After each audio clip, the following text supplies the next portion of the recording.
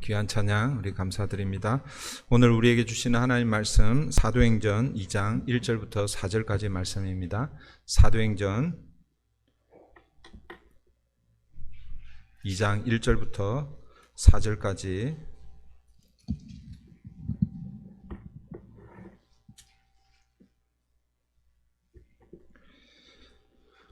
함께 한 목소리로 함께 봉독하도록 하겠습니다. 1절부터 4절까지 우리 다 같이 봉독합니다. 오순절 날이 이미 이르매 그들이 다 같이 한 곳에 모였더니 호련히 하늘로부터 급하고 강한 바람 같은 소리가 있어 그들이 앉은 온 집에 가득하며 마치 불의 혀처럼 갈라지는 것들이 그들에게 보여 각 사람 위에 하나씩 임하여 있더니 그들이 다 성령의 충만함을 받고 성령이 말하게 하심을 따라 다른 언어들로 말하기를 시작하니라. 아멘. 함께 말씀을 놓고 같이 기도하십시다. 오늘도 오늘 특별히 우리 오순절 성령 강림 주일로 지키는 절기입니다. 우리가 하나님 앞에 예배할 때에 하나님이 우리 예배에 아무 상관없으면 그냥 우리의 하나의 그냥 형식적인 의식에 불과할 것입니다. 그런데 오늘 우리의 예배가 예배될 수 있는 것은 성령 하나님께서 우리 가운데 함께 하시기 때문인 줄 믿습니다. 우리와 함께 하시는 그 성령님께서 말씀을 전하는 자나 또 말씀을 듣는 저와 여러분이 함께 성령 안에서 말씀을 바르게 이해하고 깨닫는 은혜가 있게 해주시옵소서. 그래서 또 이 예배 이후에 여러분 각자의 삶의 자리에서 말씀을 붙들고 주님과 동행하며 한 주간 승리하게 해주시옵소서. 그런 마음을 가지고 이 시간 우리 함께 기도로 나아갑니다. 살아계신 하나님, 오늘도 지난 한 주간 우리의 각자의 삶의 자리에 하나님과 동행하게 하셨다가 이제 브릿지 교회 공동체로 함께 주님 앞에 나와 예배합니다. 예배의 자리에 서 있습니다. 위로부터 주실 말씀 앞에 서 있습니다. 오늘도 성령 하나님 우리 가운데 임재해 계신 줄 믿습니다. 성령 하나님께서 부족한 종을 붙들어 주시고 말씀을 선포할 때에 또 말씀을 듣는 우리 모든 성도님들이 성령 안에 하나가 되어 하나님의 말씀이 어떠한지를 깨닫는 은혜가 있게 하여 주시고 그래서 그 말씀을 붙들고 세상을 향해 나아가는 저희들 되게 도와 주시옵소서. 성령의 능력을 힘입어 주님의 증인의 삶을 살아내는 우리 모든 성도님 되기를 간절히 소원합니다. 오늘도 우리 가운데 임재하여 주셔서 우리의 영의 눈을 열어주십시오. 귀를 열어주십시오. 우리의 마음을 열어서 하나님의 마음을 배우고 깨닫는 귀한 시간 되기를 간절히 원하옵고 예수님의 이름으로 기도하옵나이다. 아멘. 오늘은 오순절 성령 강림이라는 제목으로 하나님 말씀을 함께 나누겠습니다. 여러분들이 잘 아시는 대로 오늘은 교회력으로 오순절 성령 강림 주일로 지키는 주일입니다. 오늘 우리가 읽은 본문은 오순절 절기에 성령이 임한 사건을 기록하고 있습니다. 오늘 사실은 더 읽어야 되지만 나중에 제가 또 사도행전을 강의할 기회가 있으면 그때 좀 자세하게 그렇게 말씀을 나누기로 하고 오늘은 왜 성령이 오순절 날에 임하셨는지 그리고 그 오순절 날 임한 그 성령님이 어떤 분이신지 이런 정도의 말씀을 함께 좀 나누려고 합니다. 1절을 먼저 한번 보십시오. 1절입니다. 오순절 날이 이미 이르매 그들이 다 같이 한 곳에 모였더니, 그러니까 하나님이 약속하신 성령이 임하신 때가 바로 뭐예요? 오순절 절기라는 것을 우리에게 알려주고 있죠. 그러면 이제 제가 서두에 말씀드린 대로 왜 성령님께서 오순절 절기에 임하게 되었는가라는 것입니다. 예수님께서 승천하시기 전에 아버지께서 약속하신 것을 기다리라라고 이렇게 얘기했잖아요, 그죠? 그렇게 제자들에게 말씀하셨잖아요, 그죠? 그 말씀을 하시고 승천하셨는데 그때로부터 해서 며칠을 더 기다렸냐면 10일을 더 기다렸습니다. 우리 이제 그 내용이 이제 사도행전 1장에 소개가 되고 있는데, 물론 이제 10일이라는 이 날을 의미를 둘 수도 있겠지만, 그러나 성령은 좋은 것이잖아요, 그죠? 그리고 사실은 오래전부터 약속된 것이기 때문에 빨리 좋은 것은 빨리 오면 좋잖아요. 그죠? 네. 그런데 왜 굳이 오순절 이 절기에 오게 되었는가라는 것이죠. 그러기 위해서는 먼저 우리가 구약에서 이 오순절 절기가 어떤 절기인지를 먼저 좀 알아야 합니다. 구약 이스라엘 백성들이 절기로 지켰던 절기들이 여러 절기가 있습니다. 좀 넓게는 6대 혹은 7대 절기라고 하고, 그리고 이제 이렇게 요약을 핵심적으로 지키는 절기가 이스라엘의 3대 절기라고 그러죠. 여러분들 뭐 3대 절기 정도는 이제 상식으로 이렇게 알고 있어야 되는데, 첫 번째 절기가 무엇입니까? 유월절 절기입니다. 근데 이 유월절 절기를 무교절이라고도 같이 합니다. 엄격하게 하면은 구분이 되지만, 그러나 뭐예요? 함께 지키는 절기고, 그 다음에 두 번째가 바로 오순절 절기입니다. 이 오순절 절기를 또 칠칠절이라고 하기도 하고 맥추절이라고 하기도 합니다. 그러니까 오순절, 칠칠절, 맥추절은 다 같은 절기를 다르게 표현합니다. 그러니까 오순절이라고 하는 절기는 6월절로부터 시작해서 50일째 되는, 그러니까 수운이라는 것은 그 10을 가리키잖아요. 그죠? 우리 달력에 보면 여러분 상순, 중순, 하순 뭐 이렇게 얘기하잖아요. 그죠? 그 순을 10이라고 얘기합니다. 그러니까 오순이라는 것은 50을 이야기하는 거죠. 그러니까 이 50일째 되는 날이 어디를 기점으로 하느냐, 기준으로 하냐면 6월절 절기를 기준으로 하는 거죠. 그래서 6월절 절기부터 시작해서 50일째 되는 날을 오순절이라고 그렇게 말하고, 그런데 그 절기를 또 칠칠절이라고 얘기합니다. 그 50일 그 기간 동안 안식일이 7일째가 안식일이잖아요. 그죠? 그 안식일이 7번 지나간다고 해서 칠칠절이라고 그렇게 부릅니다. 그리고 또 그 절기에 마침 뭐예요? 보리와 밀을 추수하는 시작된다고 해서 맥추절로 그렇게 지킵니다. 그래서 오순절, 칠칠절, 맥추절은 사실은 다 같은 절기라고 이렇게 보시면 됩니다. 그리고 마지막으로 지키는 절기가 수장절이라고 하기도 하고 초막절이라고 그렇게 부르기도 하죠. 7월 15일 곡식을, 이제 여기 앞에 이 맥추절은 보리와 밀을 추수하는 것이지만, 이제 이 7월 달에는 이제 전체적인 그 추수를 의미하는 그런 의미입니다. 그래서 7월 15일 곡식을 거둬들이는 그 뜻에서 수장절이라고 그렇게 부르기도 하고, 이때 초막을 지어서 일주일간 거한다고 해서 초막절 혹은 장막절이라고 이렇게 부르기도 합니다. 그러니까 초막을 짓는 것은 이스라엘 백성들이 애굽에서 나와 광야에서 초막을 지어 장막을 지어서 생활한 때를 기억하기 위해서 지키는 절기입니다. 이렇게 해서 이스라엘 백성들이 3대 절기를 지키는데, 이 3대 절기는 사실은 모두 이스라엘의 출애굽과 관련이 되어 있습니다.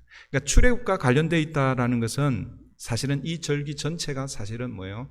이스라엘의 구원과 관계된다라고 이렇게 보시면 됩니다.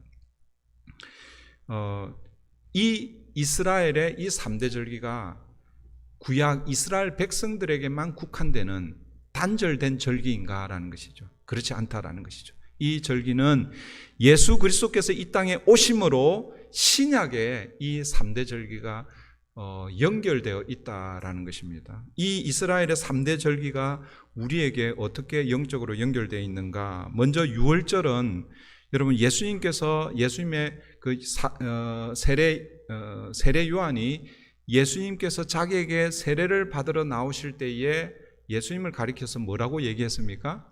세상 죄를 지고 가는 하나님의 어린 양이다, 이렇게 예수님을 그렇게 가리켰잖아요. 그죠? 그때의 그 예수님이 바로 결국 유월절 어린 양이 되시는 것이죠. 그러니까 유월절은 예수님께서 유월절 어린 양이 되심으로 십자가에 죽으시고 부활하심으로 우리의 구원의 길을 열어주신 그 사건과 맞닿아 있는 것이죠. 그래서 이 유월절은 어떻게 보면 오늘 우리로 얘기하면 부활절과 연결되어 있다라고 이렇게 볼 수 있습니다. 그래서 우리는 유월절 절기는 지키지 않지만 부활절 절기는 지키고 있는 것이죠. 오순절은 아까 제가 말씀드린 대로 이 보리와 밀 추수를 알리는 절기로서 성령이 임하심으로 이제 무슨 추수가 시작되었다라는 것입니까? 영적 추수가 공식적으로 시작되었음을 의미하는 것입니다. 그런 의미에서 성령이 임하시는 그 절기는 다른 어떤 날이 아니라 바로 오순절, 첫 열매를 거두드리는 이날, 그 추수를 알리는 그때 오게 되었다라는 것입니다. 그래서 이 오순절과 성령 강림절이 연결되어 있다라는 것입니다. 여러분, 유월절과 이 구약 이스라엘 백성들이 지켰던 이 유월절과 이 오순절 절기는요, 이미 뭐예요? 다 성취가 되었죠. 유월절은 어떻게 성취되었습니까? 예수님께서 십자가에 달리시고 죽으시고 부활하심으로 이 유월절 절기가 사실은 성취가 되었습니다. 여러분, 오순절 절기는 어떻게 성취가 되었습니까? 마가 요한 다락방의 오순절 그날 성령이 임하심으로 뭐예요? 오순절 절기가 사실은 성취가 된 것입니다. 그 다음에 이제 남아있는 마지막 세 번째 절기가 어떤 절기라고 그랬습니까? 수장절 혹은 초막절 절기가 남아있죠. 오늘 이 남아있는 우리에게 영적으로 남은 절기가 마지막 이 초막절 수장절이라고 할 수 있습니다. 여러분, 이것은 성취가 되었습니까? 아직 되지 않았습니까? 아직 성취가 되지 않은 거예요. 무슨 얘기냐면 이 수장절, 이 절기는요, 예수님의 재림으로 완성이 되는 절기입니다. 그러니까 오순절에 시작된 추수를 이제 마지막 수장절에서 이제 이 알곡과 가라지를 가르고 다 거두드리는 그런 절기인 것이죠. 그때가 바로 주님의 재림의 때라는 것이죠. 그래서 우리는 주님의 재림의 때를 향해서, 또 다르게 표현하면 영적 수장절 혹은 장막절을 향해서 믿음의 여정을 달려가고 있다라는 것입니다. 그러니까 오늘 우리는 어느 시대를 살고 있는지를 늘 기억해야 합니다. 그러니까 유월절 절기는 부활절로 매년마다 우리가 함께 지키고, 또 성령이 강림하신 이 오순절 절기를 우리가 매년 이 성령 강림주일로 지키고, 그러나 수장절 마지막 재림의 때는 그 날을 향해서 우리가 함께 달려가는 거예요. 거기에 우리가 서 있다라는 것입니다. 오늘 본문에 보면 오순절에 성령이 임하시는데 어떻게 임하고 있는가? 성령의 임하심을 2절 3절에서 이렇게 설명하고 있습니다. 2절 3절 한번 보십시오. 호련히 하늘로부터 급하고 강한 바람 같은 소리가 있어 그들이 앉은 온 집에 가득하며 마치 불의 혀처럼 갈라지는 것들이 그들에게 보여 각 사람 위에 하나씩 임하여 있더니, 이 성령의 임하심을 두 가지 이미지로 지금 우리에게 보여주고 있죠. 첫 번째는 뭐예요? 급하고 강한 바람 같은 소리로 성령이 임하시고, 또 하나는 뭐예요? 불의 혀같이 나타났다라고 이렇게 표현하고 있죠. 이 바람 소리 혹은 불의 혀로 이렇게 표현된 것을 성령이 임하시는 그런 모습이라고 이렇게 이제 우리가 쉽게 이해할 수 있는데, 그런데 여러분, 사실은 바람 소리 그리고 불의 혀라는 것은 여러분 혹시 캠핑장에서 저녁에 불 피워보면 불꽃이 막 올라가잖아요. 그죠? 그 올라가는 그 불꽃을 불의 혀라고 이렇게 이제 비유하고 있는 거예요. 그 불의 혀라고 이렇게 표현하고 있지만 사실은 뭡니까? 불입니다, 불. 바람 소리라고 하고 있지만 실제는 뭐예요? 바람이에요, 바람. 그러니까 성령의 임하심을 바람 소리와 불의 혀처럼 이미지를 이렇게 보여주고 있지만, 실제는 이 두 가지 이미지는 결국 뭘 상징하냐면 하나님의 영을 상징하는 거예요. 성령을 상징하는 거예요. 그러니까 성령을 받을 때에 바람 소리와 불의 혀처럼 받아야 된다, 이렇게 오해하면 이건 조금 문제가 있습니다. 가끔씩 혹시 모르겠어요. 여러분들 혹시 물론 이제 교단마다 조금 이렇게 견해가 차이가 있을 수는 있는데, 성령 집회나 혹은 은사 집회 이런 데 갔을 때에 바람 소리 막 이렇게 이런 혹시 들어보셨습니까? 그리고 불 받으라 이런 얘기 들어보셨죠? 불을 어떻게 받습니까? 지금 이 이미지를 하나님의 영으로 이해하고 성령이 임하는 것을 그렇게 이해를 해야 되는데, 성령을 받을 때에 마치 바람 소리처럼 쉬 하고 이렇게 오는 것으로, 그렇게, 그리고 또 성령이 임할 때에 불처럼 뜨거움 이런 것들을 꼭 느껴야 성령을 받았다라고 이렇게 생각하고 또 그렇게 주장하면 조금 물론 이제 견해 차이는 있을 수 있지만 조금 논란이 있을 수 있습니다. 근데 좀 쉽게 여러분 바람 소리 그리고 불의 혀라는 것은 그것 자체가 뭐예요? 하나님의 영이다라는 거예요. 하나님의 영이 바람으로 불로 임하는 것을 그렇게 표현하고 있는 것이죠.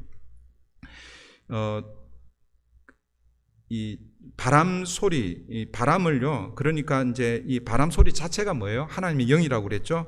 그 창세기에서 보시면 하나님께서 우리 인간을 창조하실 때 흙으로 먼저 빚으시잖아요, 그죠? 그 다음에 그 코에 생기를 불어 넣습니다. 그 단어가 그 생기를 불어 넣었다 할 때 그 생기를 히브리어 단어가 루아흐입니다. 그 루아흐의 이 원래 이 의미가 바람 혹은 숨, 그 다음에 이제 영이라는 그런 뜻이 있습니다. 그러니까 우리 인간을 하나님께서 흙으로 지으셨지만 다른 피조물과는 다르게 거기다가 뭘 더해 주신 거예요? 사실은 하나님의 영을 우리 인간의 몸에 불어넣어 주신 것이죠. 그러니까 이 급하고 강한 바람 소리라는 것은 하나님의 영을 상징적으로 말하고 있다라는 것이죠. 불의 혀와 같다라는 것도 아까 불의 혀 그러면 좀 이상한데 그냥 불이라고 보시면 되는 거예요. 그러니까 불의 모양을 불의 혀라고 얘기하고 있는데 결국 뭐예요? 불이라는 것입니다. 그러니까 불이라는 것은 하나님의 임재를 상징할 때 불로 구약에서는 많이 표현하잖아요. 대표적인 것이 창세기 15장인데 하나님께서 아브라함과 언약을 맺으실 때 그 창세기 15장을 하나님과 아브라함과 맺은 언약을 횃불 언약이라고 이렇게 이름을 붙입니다. 왜 그렇게 붙이냐면 그 당시 나라와 나라, 왕과 왕이 조약을 맺을 때는 짐승을 반으로 쪼개어 놓고 그 조약을 맺는 사람들이 두 사람이 같이 그 쪼개진 짐승 사이로 지나갑니다. 그래서 만약 이 조약, 이 약속을 어기게 되면 누구든지 뭐예요? 지금 쪼개진 이 짐승처럼 그렇게 될 것이다라는 것을 뭐예요? 상징적으로 그렇게 하면서 그 조약을 맺을 때 그렇게 하는 것이죠. 그런데 하나님께서 아브라함에게 언약을 맺으시는 거예요. 아브라함에게 그 짐승을 준비해라고 그래요. 그렇게 해서 이렇게 갈라놓습니다. 그런데 아브라함이 기다려도 하나님이 오시지 않아요. 아브라함이 잠깐 졸아요. 그때 하나님이요, 아브라함이 조는 그때 하나님이 혼자 지나가시는 거예요. 원래는 누구랑 같이 지나가야 됩니까? 아브라함과 함께 지나가야 아브라함과 하나님이 언약이 맺어지는 거예요.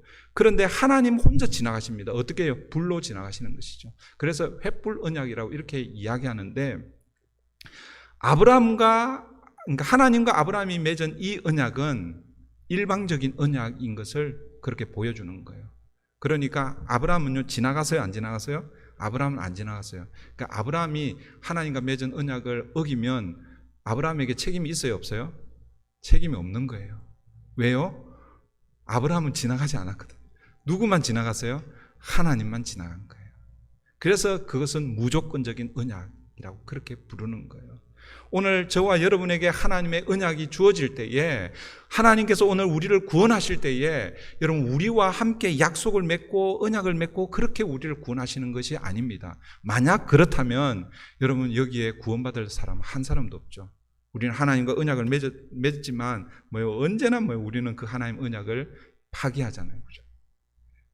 일방적인 무조건적인 하나님의 은혜, 하나님의 약속에 의해서 저와 여러분 구원을 받는 거예요. 어쨌든 그 창세기 15장에서 하나님께서 불로 임재하셔서 그렇게 지나가는 거예요. 그러니까 불은요, 하나님의 임재, 하나님을 상징적으로 보여주고 있는 것이죠. 출애굽기 3장 하나님께서 모세에게 임하실 때도 떨기나무에 꺼지지 않는 불로 임하시잖아요. 꺼지지 않는 떨기나무가 중요해요. 떨기나무를 오해하시면 안 돼요. 떨기나무가 중요한 게 아니라 그 떨기나무에 꺼지지 않는 불로 임하시는 거예요. 그게 그 말인가? 그 하나님의 임재를 상징하는 것이죠. 그러니까 오늘 본문에서 이 바람 소리 그리고 불의 혀라는 것은 하나님의 영을 상징적으로 의미하고 있고 성령이 사람들 위에 임했다는 것을 이미지로 표현하고 있는 것입니다.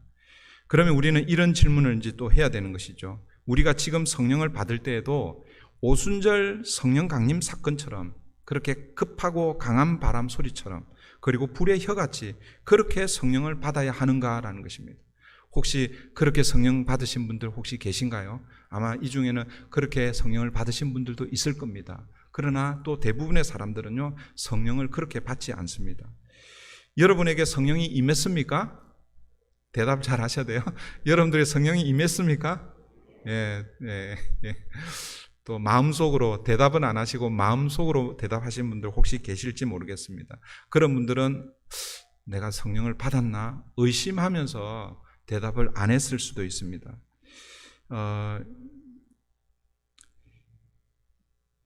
여러분들이 성령을 다 받았다라고 그렇게 지금 대답을 하셨는데, 이제 한번 생각을 해보세요. 내가 지금 내 안에, 어딘지는 모르지만 내 안에 성령님이 와 계시다. 그러면 오늘 본문처럼 그렇게 성령이 임했는가? 오늘 본문처럼. 그러니까 강하고 급한 바람 소리처럼, 그리고 불의 혀처럼 그렇게 성령이 내게 임했는가? 그렇게 이제 또 질문을 해보면 그렇지 않은 경우가 많이 있을 것입니다. 그러면 나는 과연 성령을 받은 사람인가? 어떻습니까? 자, 그런 차원에서 다시 한번 나는 성령을 받았는가? 여러분 가운데 성령이 임해 있습니까? 예. 소리 음성을 녹음을 해가지고 아까 그 대답한 거하고 이렇게 비교를 해보면 분명히 차이가 있을 것입니다. 그 차이는 여러분들의 그 목소리의 차이죠. 처음에는 제가 여러 번 얘기했기 때문에 조금 강하게 했는데 그 다음에 또 이렇게 하니까 긴가민가 그렇게 말씀하신지도 모르겠습니다. 여러분, 오순절 이 성령 강림 사건은요, 하나님의 약속대로 성령이 임하셨다라는 것을 공식적으로 나타내신 사건이라고 그렇게 볼 수 있습니다. 그러니까 성령이 공식적으로 임하셨다라는 것을 보여준 사건, 그 사건이 오늘 본문의 이 오순절 성령 사건입니다. 우리 한국에 이제 얼마 전에 대통령 선거가 이제 끝나고 이미 이제 대통령이 취임했잖아요, 그죠? 마치 성령님이 취임하는 것처럼 그렇게 이제 비유를 조금, 뭐 꼭 그런 것은 아니지만 그렇게 비유를 좀 들어보겠습니다. 여러분, 대통령이 당선되면 대통령 취임을 하잖아요, 그죠? 취임식을 합니다.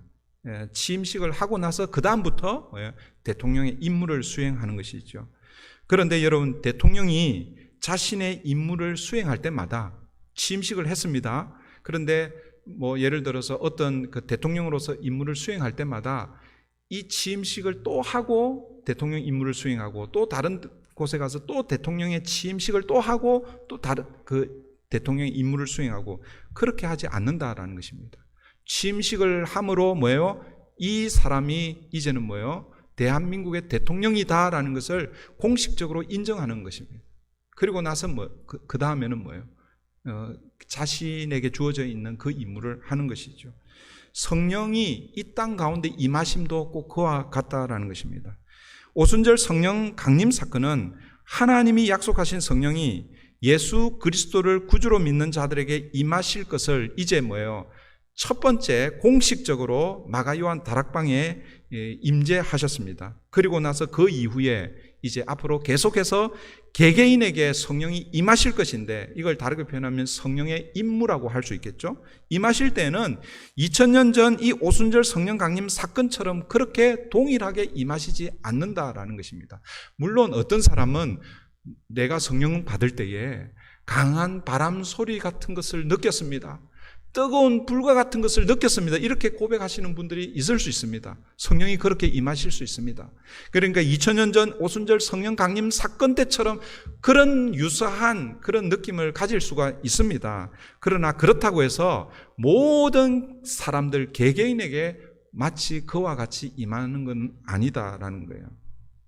오히려 요한복음 3장을 보시면 성령의 임하심을 이 요한복음의 3장 니고데모에게 성령의 임하심을 설명하고 있는데 그렇게 임하시는 것이 훨씬 더 일반적이다라는 것이죠.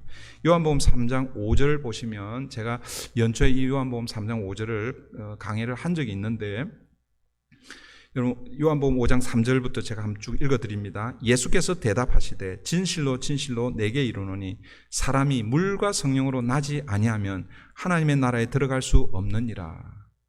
그 니고데모가 예수님에게 뭔가 질문하려고 왔습니다. 그런데 질문은 하지 않고 니고데모가 예수님에게 먼저 뭐라고 얘기합니까? 나는 내가 보니 당신은 선한 선생님? 아니, 하나님으로부터 온 사람인 것을 제가 알겠습니다. 라고 이렇게 이제 이야기를 하거든요. 그럴 때에 예수님께서 바로 뭐 한마디를 하시죠. 그게 뭡니까? 내가 거듭나지 아니하면 하나님 나라를 볼 수 없다. 이렇게 얘기합니다. 아니, 니고데모가 뭐 어떤 질문을 하지 않았는데도 갑자기 그 얘기를 하는 거예요. 그 말은 뭐냐면 지금 니고데모가 예수님께 온 이유가 바로 예수님은 그 니고데모 마음을 간파하고 지금 그렇게 얘기하고 있는 거예요. 니고데모가 궁금해하는 그것을 예수님께서 직접적으로 말씀하고 있는 것이죠. 그러니까 그 얘기를 들은 하나님의 나라가 언제 임할 것인지, 그리고 우리는 언제 그 하나님 나라를 경험할 것인지, 그 하나님 나라에 들어갈 것인지, 그 하나님 나라를 언제 보게 될 것인지, 그런 궁금증을 가지고 지금 예수님 앞에 와 있는데, 예수님이 하시는 말씀은 네가 거듭나지 아니하면, 이걸 다르게 표현하면 네가 다시 태어나지 아니하면 하나님 나라를 볼 수 없다 얘기하는 거예요. 그 이해가 되겠습니까? 그 니고데모가 아니 내가 어떻게 다시 태어납니까? 뭐 이렇게 얘기하는 거예요.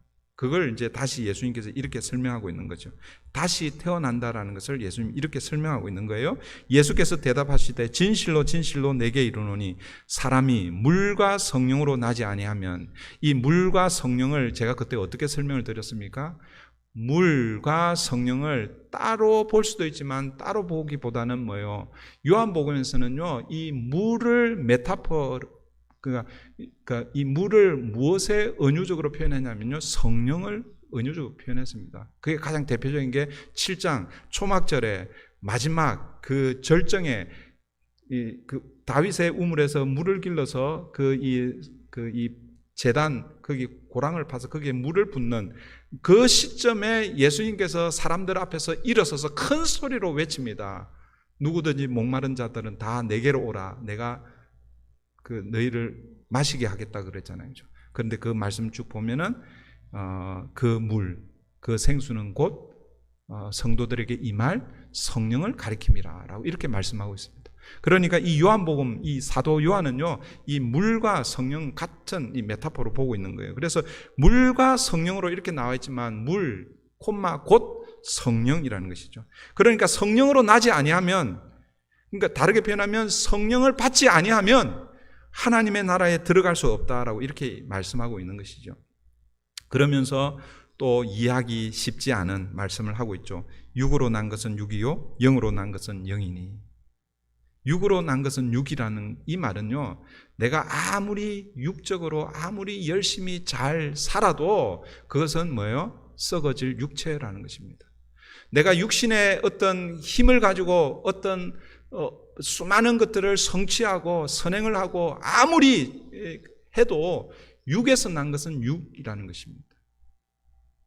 영에서 난 것이어야 영인 것이다. 다르게 표현하면 영으로 나야 뭐예요? 하나님의 나라를 볼 수 있다라는 것이죠. 내가 내게 거듭나야 하겠다 하는 말을 놀랍게 여기지 말라. 거듭난다라는 것.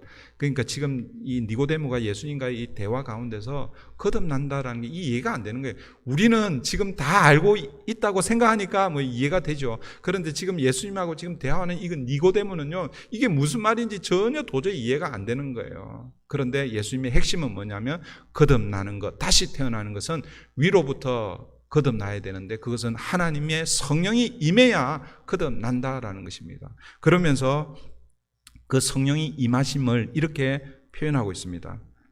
바람이 임의로 불매 내가 그 소리는 들어도 어디서 와서 어디로 가는지 알지 못하나니 성령으로 난 사람도 다 그러하니라.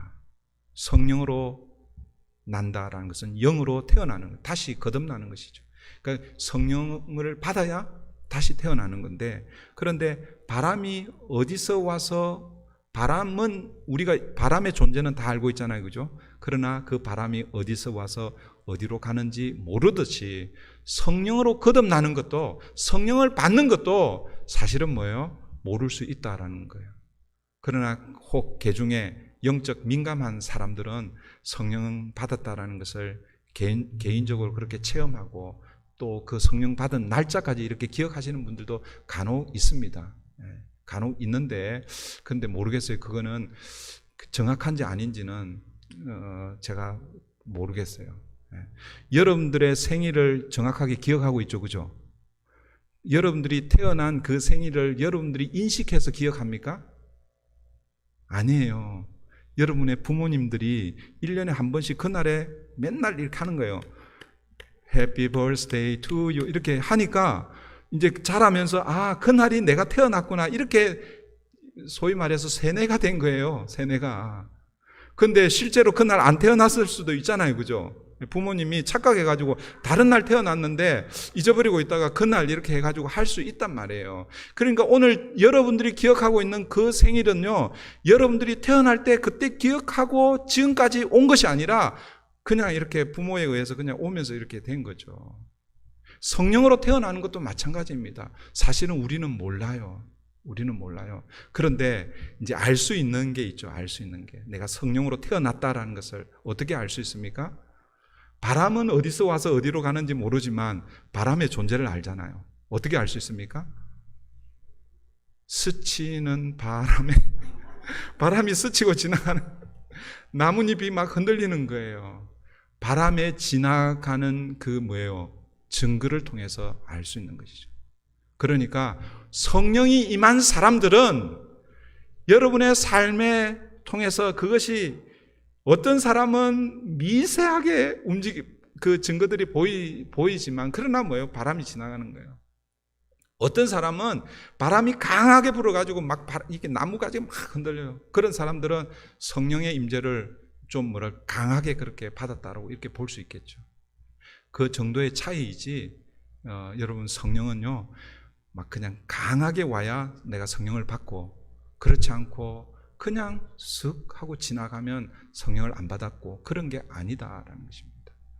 오늘 저와 여러분이 오늘 예배의 자리에 나와 있는 이것 자체도 뭐예요? 우리는 하나의 성령을 받았다라는 증거로 우리가 볼 수 있습니다. 물론 혹시 이 중에 그냥 종교 생활 습관으로 이렇게 와 계신 분 혹시 계실지 모릅니다. 그래서 우리가 주일 예배 때마다 이제 가끔씩 제가 그렇게 기도하잖아요. 영혼 구원을 위해서.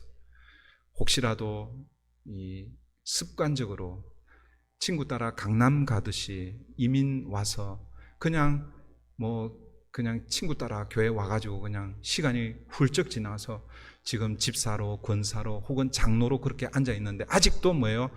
예수 그리스도를 인격적으로 만나지 못하신 분들은, 그런 분들은 이제 누군지는 몰라요. 누군지는 모르지만 성령 하나님께 도움을 구해야 합니다. 구원의 확신을 달라고 여러분 기도하셔야 되는 것입니다. 어쨌든 여러분 성령이 오늘 이 사도행전 2장에서의 이 성령의 임하심은 사실은 이제 공식적으로 떠나가셨던 성령이 언제 떠나가신 줄 아십니까? 아까 제가 창세기 2장 7절 그 말씀을 인용했는데 하나님이 흙으로 사람을 빚어서 그 코에 생기를 불어 넣었을 때에 하나님의 영이 사람과 함께 존재하게 되었습니다. 그런데 그 성령이 언제 떠나가시는 줄 아십니까, 여러분? 1차적으로는 창세기 그 다음 장 3장에 가서 인간이 죄를 범할 때에 정령 죽으리라 했을 때에 그 정령 죽으리라라는 그 의미가 하나님의 하나님과 영적 단절, 그래서 성령이 떠나가시는 그것을 암시적으로 보여주고 있는 것이고, 그리고 실제 성령이 떠나가시는 것은 언제 떠나가시는가? 창세기 6장 한번 볼까요? 창세기 6장 3절입니다. 창세기 6장 그러면 노아 사건이 떠올라야 돼요.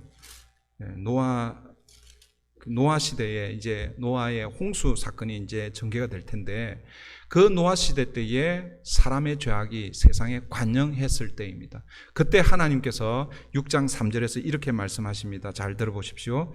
여호와께서 이르시되 나의 영이 영원히 사람과 함께 하지 아니하리니 이는 그들이 육신이 됨이라. 그 뒷구절은 뭐 나중에 또 볼 기회가 있을 텐데, 여러분 볼 기회는 없을지도 몰라요. 창세기 우리 강해를 이미 했기 때문에. 앞구절만 잘 보세요. 다시 보시면 여호와께서 이르시되 나의 영이 영원히 사람과 함께 하지 아니하리니. 원래는 뭐예요? 하나님의 영이 사람과 함께 했습니다. 그죠? 그게 언제부터 시작됐다고요? 2장 7절. 하나님이 여섯째 날에 사람을 만드실 때에 그 코에 생기를 루아흐 불어 넣으실 때, 그때부터 하나님의 영이 사람과 함께 했습니다. 그래서 사람이 생명이 되었습니다. living thing, 하여튼 살아있는 존재가 된 것이죠. 그런데 그 하나님의 영이 인간의 죄악으로 말미암아 떠나버리신 거예요. 그래서 구약에서는요, 하나님이 필요에 의해서 어떤 특정한 시기에 하나님의 영이 어떤 사람에게 특정한 그 기간 동안 임하기도 하고 또 떠나가시기도 하고 그렇게 합니다. 그 대표적인 사람이 사울이죠. 사울. 우리가 새벽에 사무엘상을 보고 있는데, 사울이 왕으로 세워질 때 기름 부음을 받을 때에 하나님의 영이 잠시 임합니다. 그러나 뭐요? 사무엘상 16장인가요? 16장에 보면 여호와의 신이 사울에게서 떠나가고 이렇게 표현되고 있죠. 그러니까 이 창세기 6장 이후로 하나님의 영이 사람에게서 완전히 떠나갔고, 이제는 뭐예요? 그 부분적으로 하나님 필요할 때마다 선지자에게 임하기도 하고 왕에게 임하기도 하고 제사장에게 임하기도 하고, 그리고 또 뭐예요? 필요에 의해서 또 떠나가시기도 하고, 그렇게 했던 것이 성령입니다. 그런데 이제 뭐예요? 신약에 와서 그 성령이, 떠나갔던 그 성령이 이제 뭐예요? 다시 사람에게 오는 거예요. 공식적으로 오심을 보여주는 사건이 바로 오순절 성령 강림 사건이라는 것입니다. 이해가 되시죠? 여기까지만 우리 사도행전을 좀 강해를 하고, 그 다음부터는 우리에게 임하신 그 성령님이 어떤 분이신가, 한 세 가지로, 시간이 많이 갔는데 세 가지로 좀 간단하게 좀 소개하려고 합니다. 오늘 저와 여러분에게 임하고 계신 이 성령이 어떤 분이신가. 첫째로 성령님은요, 하나님이십니다. 늘 듣는 소리이죠, 그렇죠? 그런데 가끔씩요, 우리가 하나님을 삼위일체 하나님이라고 그러면서 성부, 성자, 성령을 삼위일체로 그렇게 믿고 있지만, 그러나 실제로는 성부와 성자와 성령을 차별 대우하는 경우가 가끔씩 있어요. 여러분들이, 저도 가끔씩 그럴 수도 있고, 성부 하나님 그러면은 그냥 확 이렇게 생각하고, 성자 예수님은 우리와 함께, 성령님은 그냥 성부와 성자의 그냥 이 도우미 정도로 이렇게 생각하는데, 그렇지 않습니다. 성령 하나님도 동일한 하나님이십니다. 성부와 성자와 성령으로 그 직분 혹은 하시는 일은 구별되지만, 그러나 뭐예요? 본질에 있어서는 동일하신 하나님이시다라는 것입니다. 사도행전 5장을 보면 아나니아와 삽비라 사건이 나오죠. 아나니아와 삽비라 사건 여러분들이 잘 아실 것입니다. 이들은 초대 교회의 이제 부부이죠. 아나니아와 삽비라는 부부입니다. 아주 열심히 있었던 그런 사람들이었습니다. 그렇지 않았다면, 만약에 교회에 열심이 없었다면 그들이 온 그 모든 재산을 다 팔아서 교회에 바치려고 그렇게 생각을 하지 않았을 거예요. 물론 이제 이면에는 또 뭐 다른 어떤 동기가 있을 수는 있지만, 그러나 여러분, 모든 재산을 팔아서 교회에 바치기로 그렇게 결심하는 것은 뭐예요? 그만큼 뭐예요? 헌신되었다는 사람이라고 그렇게 볼 수 있잖아요. 그런데 이제 문제는 뭐냐면, 재산을 다 팔았는데 그걸 바치려고 하니까 뭔가 좀 문제가 생긴 거예요. 그래서 뭐예요? 일부는 감추는 거예요. 숨기는 거예요. 그러면서 뭐예요? 그냥 제가 원래 다 바치려고 다 팔았다가 그래도 우리 노후 생활을 위해서 좀 떼어두고 바칩니다. 이렇게 했으면 아무 문제가 없었을 것입니다. 그런데 뭐예요? 다 팔아놓고, 그리고 또 일부는 숨겨놓고, 이게 전부입니다. 다 팔은 것입니다. 이렇게 거짓말하는 것이죠. 그 거짓말에 대해서 사도행전 5장 3절 4절에 사도 베드로가 어떻게 이 아나니아와 삽비라를 지적하고 있느냐 한번 잘 보십시오. 베드로가 이르되 아나니아야 어찌하여 사탄이 내 마음에 가득하여 내가 성령을 속이고 성령을 속였다라고 이렇게 말씀하고 있습니다.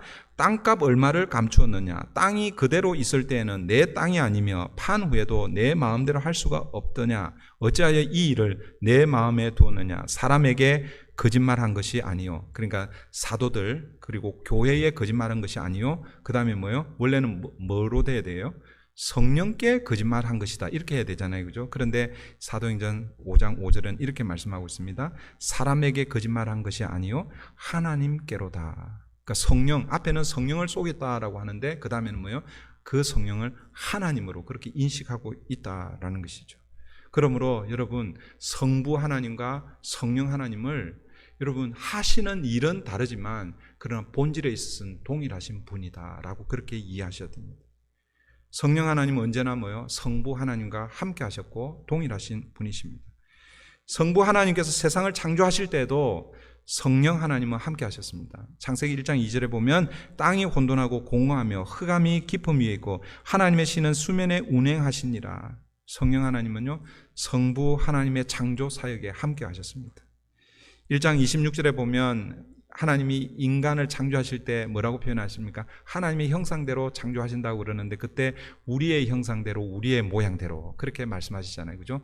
거기는 성부와 성자와 성령의 다 동일한 그런 삼위일체를 함께 말씀하고 있는 것이죠. 아까 제가 소개드렸던 그 2장 7절 거기에 보면 구체적으로 성령님께서 어떻게 이 창조 사역에 함께 하시는지 여호와 하나님이 흙으로 사람을 지으시고 여기서 이 여호와 하나님 이건 성부 하나님을 가리킨다 볼 수 있습니다. 그리고 생기를 그 코에 불어넣으시니 이게 성령 하나님이라고 볼 수 있겠죠. 그 사람이 생명이 된지라. 사람을 만드실 때도 먼저 흙으로 빚으시고 그 다음에 그 코에 생기를 불어넣었는데 그 생기가 바로 뭐예요? 아까 말씀드린 대로 루아흐. 이 구약 성경을 그 헬라어로 번역할 때 이 루아흐를 어떻게 번역하고 있냐면 푸뉴마, 성령으로 그렇게 번역하고 있다라는 것이죠. 그러니까 성령은요 사람이 하나님의 형상대로 지어질 때 사람이 최종적으로 사람 되게 하는 그 마지막 역할을 누가 하셨다는 거예요? 성령님이 하셨다라는 것이죠. 그러니까 인간이 하나님을 인지하고 하나님을 찾고 하나님과 교통할 수 있는 그 이유는 우리 안에 뭐예요? 성령이 있기 때문에 그렇다라는 것입니다. 그러므로 사랑하는 성도 여러분, 우리가 하나님의 형상을 회복하기 위해서는 결국 뭐예요? 성령이 우리 가운데 임해야 하는 것입니다. 그러니까 성령 첫 번째 우리에게 임하신 이 성령은 성부 하나님과 동일하신 그러니까 동일 본질을 가지고 계신 하나님이시다라는 것입니다. 그 다음에 두 번째 성령님은 어떤 분이십니까? 성령님은 보혜사라는 이름을 가지고 있습니다. 요한복음 14장 26절에 보면 보혜사 곧 아버지께서 내 이름으로 보내실 성령 그가 너에게 모든 것을 가르치시고 내가 너에게 말한 모든 것을 생각나게 하시리라.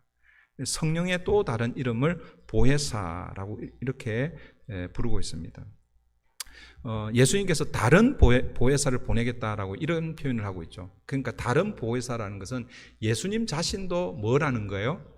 보혜사라는 거예요. 그러니까 예수님께서 이 땅에 오신 것도 뭐예요? 사실은 결국 뭐예요? 우리 인간을 돕기 위해서 오신 거예요. 돕는다는 게 어떤 차원의 돕는 것입니까? 십자가의 대속 제물로 죽으셔서 우리 인간을 구속하는 하나님의 자녀로 만들기 위한 그것을 돕기 위해서 예수님께서 이 땅에 오셔서 유월절 어린 양으로 십자가에서 희생되셨고 그리고 성령님께서 오셔서 우리를 어떻게 돕십니까? 그 구원의 길을 열어놓으신 그 구원의 길에 올라갈 수 있도록 하시는 분이 누구시냐면 성령 하나님이시다. 그 성령이 와야 이제 뭐예요? 우리가 구원받는 역사가 일어난다라는 거예요. 이런 게 이제 좀 잘 이해가 좀 안 될 수 있습니다. 내가 예수님을 믿는다라고 고백할 때 성령의 도우심이 아니면은 예수님을 구주로 고백할 수 없습니다. 무슨 말인가 하면 이런 거예요. 에베소서 2장에 보면 사도 바울이 우리 인간을 이렇게 말씀하고 있습니다. 이 사람 구원받기 전에 이전의 상태의 사람을 이렇게 얘기합니다. 허물과 죄로 죽었던 우리를 이렇게 말씀하고 있습니다. 잘 들어보세요. 허물과 죄로 죽을 뻔했던 우리를 이렇게 말씀하지 않고 허물과 죄로 죽었던이라고 이렇게 얘기합니다. 그러니까 예수 믿기 이전에 우리의 상태, 영적 상태는 다 뭐예요? 죽은 사람들이에요. 죽은 사람들. 그러니까 영적으로 죽은 사람들이 벌떡 일어나서 예수를 구주로 고백할 수 있어요? 없어요? 할 수 없는 거예요. 없는 거예요. 그러니까 그 일을 누가 하신다라는 것입니까? 그 일을 성령께서 하시는 거예요. 성령께서. 그래서 고린도전서 12장 2절에 보면 하나님의 영이 아니시면 예수를 주라 시인하지 못한다라고 말씀하고 있는 거예요. 그 여러분 가끔씩 전도를 하다 보면 이 전도 대상자 이분들이 그 고백을 쉽게 하지 못하는 거예요. 성령님이 도와주시지 않으면 할 수 없는 거예요. 억지로 우리가 막 그냥 그렇게 해서 할 수 있는 게 아니라라는 거죠. 그런 차원에서 뭐요? 성령님은 또 다른 보혜사, 우리를 돕는 분이십니다. 또 성령님께서 우리를 어떻게 도우시는가? 요한복음 14장 26절에 보면 내 이름으로 보내실 성령 그가 너희에게 모든 것을 가르치시고 내가 너희에게 말한 모든 것을 생각나게 하시리라. 성령이 임하시면요 모든 것을 가르쳐 주시고 모든 것을 생각나게 해 주신다라는 것입니다. 그러니까 1차적으로는 예수님께서 가르치시고 예수님께서 말씀하신 그것들을 뭐예요? 제자들에게 가르쳐 주신다 이런 표현이지만 그러나 뭐예요? 구약에 예언되어 있는 이 말씀, 하나님의 말씀이 성령이 오시면 가르치고 깨닫게 해주신다라는 것입니다. 그러니까 여러분 이 성령님이 임하지 않으면 계시로 주어져 있는 이 하나님의 말씀을 우리는 뭐예요? 절대 깨달을 수 없습니다. 왜 그런 줄 아십니까? 이 계시로 주어진 이 말씀이 사실은 뭐예요? 성령의 계시로 주어졌기 때문에 그런 거죠. 하나님의 감동, 이 하나님의 감동을 다르게 표현하면 성령의 계시입니다. 성령의 계시. 성령의 계시로 주어졌기 때문에 성령이 오셔서 우리에게 뭐예요? 그 계시의 말씀을 풀어서 설명해 주셔야 말씀이 이해가 되고 깨닫게 되는 것이죠. 그래서 우리 새벽마다 우리 이제 새벽 예배를 새벽 설교가 아니라 새벽 묵상으로 그렇게 하고 있잖아요, 그렇죠? 묵상을 하든 새벽 설교를 하든 그리고 오늘 주일 이 설교를 우리가 듣든 혹은 성경 공부를 하든 성령이 함께하지 않으면 그 말씀은 우리가 잘 제대로 깨닫지 못하는 거죠. 그래서 새벽마다 우리가 말씀 묵상할 때에 성령의 도우심을 구하는 것이죠. 이제는 성령의 계시가 아니라 성령의 조명입니다. 성령의 계시는 다 끝났어요. 성령의 계시는 이 우리가 가지고 있는 이 성경책으로 성령의 계시는 하나님의 계시는 끝이 났습니다. 그 다음에 이제 성령이 하시는 일은 성령의 조명입니다. 이 계시가 우리에게 주어져 있지만 어두컴컴한 방에 들어가 있으면 여러분 이걸 볼 수 있어요, 없어요? 읽을 수 있어요, 없어요? 모르는 거예요. 그러니까 영적 눈이 어두워져 있으면 아무리 이 말씀을 펴가지고 읽어도 보통 이렇게 얘기하잖아요, 그죠? 흰 거는 종이고 뭐 까만 거는 글씨다 이렇게 얘기하는데 마치 그와 같은 거예요. 어두운 방 안에 이 계시가 주어져 있을 때에 그때 하시는 성령이 하시는 역할이 무엇인가? In light, 조명을 비춰주시는 거예요. 오늘 우리가 예배 드릴 때 낮이기 때문에 사실은 불을 안 켜고 예배를 드려도 서로 보입니다, 그죠? 그런데 만약에 밤에 여러분 다 이렇게 불을 다 꺼놓고 하면 여러분들이 저를 볼 수 없잖아요, 그죠? 그런데 뭐예요? 조명을 짜잔하고 비추면 뭐예요? 서로 보게 되는 것이죠. 성령이 하시는 일이 바로 그와 같은 일이라는. 성령이 임하시면 모든 것을 가르쳐 주시고 모든 것을 생각나게 해 주시는 것입니다. 사랑하는 성도 여러분, 하나님의 말씀을 읽는데 이게 도저히 무슨 말씀인지 잘 모르겠고, 이거 뭐 설교를 듣는데도 목사가 지금 무슨 말 하는가 잘 이해가 되지 않는다면 죄송한 얘기지만 내 안에 성령님이 역사하시는지를 물어야 되는 것입니다. 저는 몰라요. 저는 모릅니다. 여러분들 지금 성경을 읽을 때에 깨닫는지, 설교를 들을 때에 지금 제대로 알아듣고 있는지 저는 잘 몰라요. 그리고 결국 뭐요? 그렇게 되는 것은 결국 뭐요? 내 삶에 변화가 있어야 되거든요. 오늘 아침에 우리 그 예배를 위한 중보기도 할 때에 갑자기 그런 기도가 생각이 나더라고요. 제가 8살부터 교회를 다니기 시작했어요. 저는 제 부모님이 교회를 그러니까 저는 그 모태 신앙이 아닙니다. 지금 이 계산을 해보니까 거의 40 몇 년이에요. 45년을 지금 교회를 출석하고 뭐 소위 말해서 신앙생활을 하고 믿음 생활을 하고 있는 거예요. 그런데 내 삶에 얼마나 변화되고 있는가라는 것을 이렇게 질문을 해볼 때에 내가 지금 제대로 지금 살고 있나? 하나님의 자녀로 그리스도를 닮아가고 있나? 이런 질문을 던졌을 때에 옛날하고 변화가 없으면 어쩌면 저 안에도 뭐예요? 성령이 제대로 역사하지 않는 것이죠. 성령이 임하시면 하나님의 말씀이 뭔지를 깨닫게 되는 거예요. 그러면 그 말씀을 붙들고 살려고 애를 쓰게 되는 것이죠. 그러면 여러분 변하게 되어 있습니다. 여러분의 마음이 먼저 변하게 되고요. 여러분의 생각이 변화되고 여러분의 말과 행동이 변화되는 것입니다. 그러니까 10년 전에 내 말과 행동하고 그리고 지금 내 말과 행동이 전혀 변화가 없다. 그러면 문제가 있는 것이죠. 우리 주제별 성경 암송 구절을 할 때 그 첫 출발이 뭡니까? 큰 주제 첫 번째 새로운 삶이잖아요. 새로운 삶. 그 새로운 삶을 누가 시작하게 하십니까? 어떻게 새로운 삶이 시작됩니까? 그리스도가 우리의 중심에 들어올 때에. 그래서 중심 되신 그리스도.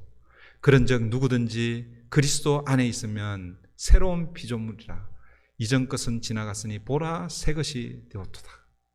예수 그리스도께서 우리 삶의 중심에 쑥 하고 들어올 때 그때부터 새로운 삶이 시작되는 거예요. 그런데 늘 맨날 그 새로운 삶에만 머물러 있으면 안 되는 거예요. 어디를 향해서 달려가야 됩니까?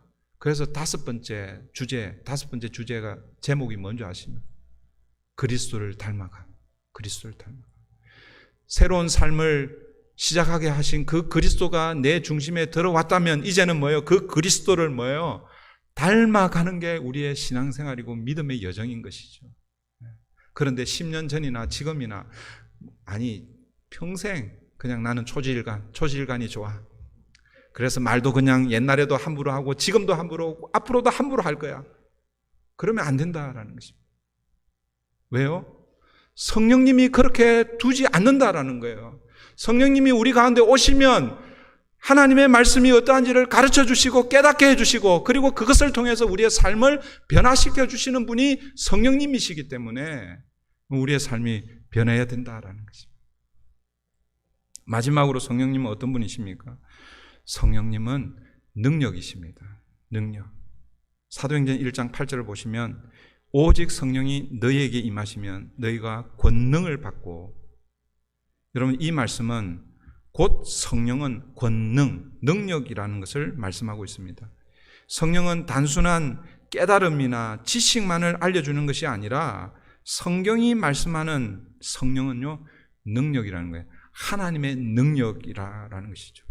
그런데 우리가 이제 오해하면 안 됩니다. 여기서 말하는 이 능력은 병든 자를 고치고 죽은 사람들을 살려내고 여러분의 문제를 해결해 주고, 물론 성령님이 그렇게 하실 수 있습니다.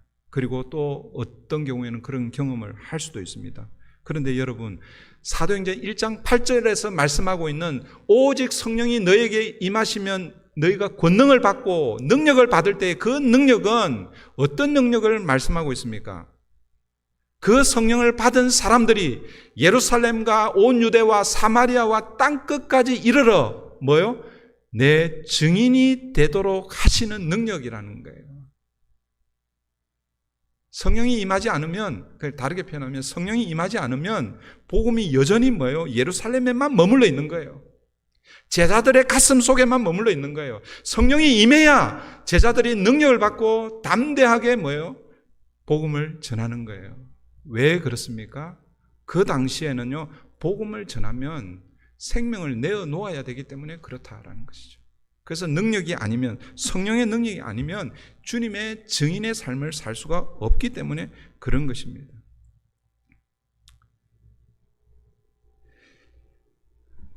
사도행전 1장 8절 마지막 그 구절을 보시면 그 성령이 임할 때에 내 증인이 되리라라고 이렇게 말씀합니다. 그 다르게 표현하면 성령이 임하면 너희는 능력을 받고 증인이 된다라고 이렇게 얘기하는 거예요.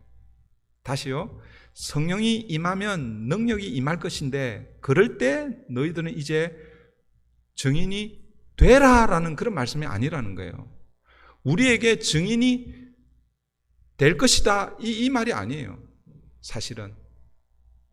그러니까 무슨 말이냐면 성령이 임하면 우리가 자연스럽게 복음의 증인이 된다라는 거예요. 된다. 다르게 표현하면 저절로 되는 거예요. 저절로 되는 거.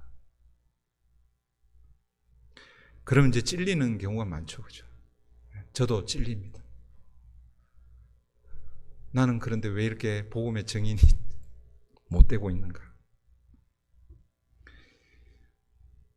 어쩌면 성령이 이미 우리 가운데 임하고 계시지만 우리가 계속해서 거부하고 우리가 계속해서 거절하고 그렇게 해서 성령이 역사하지 못하도록 하고 있지는 않은가? 여러분, 정의는 무엇입니까? 정의는요, 이 법적인 용어이죠. 법정에서 진실만을 말할 것을 법 앞에 서약하고 증언하는 사람을 증인이라고 그렇게 말합니다.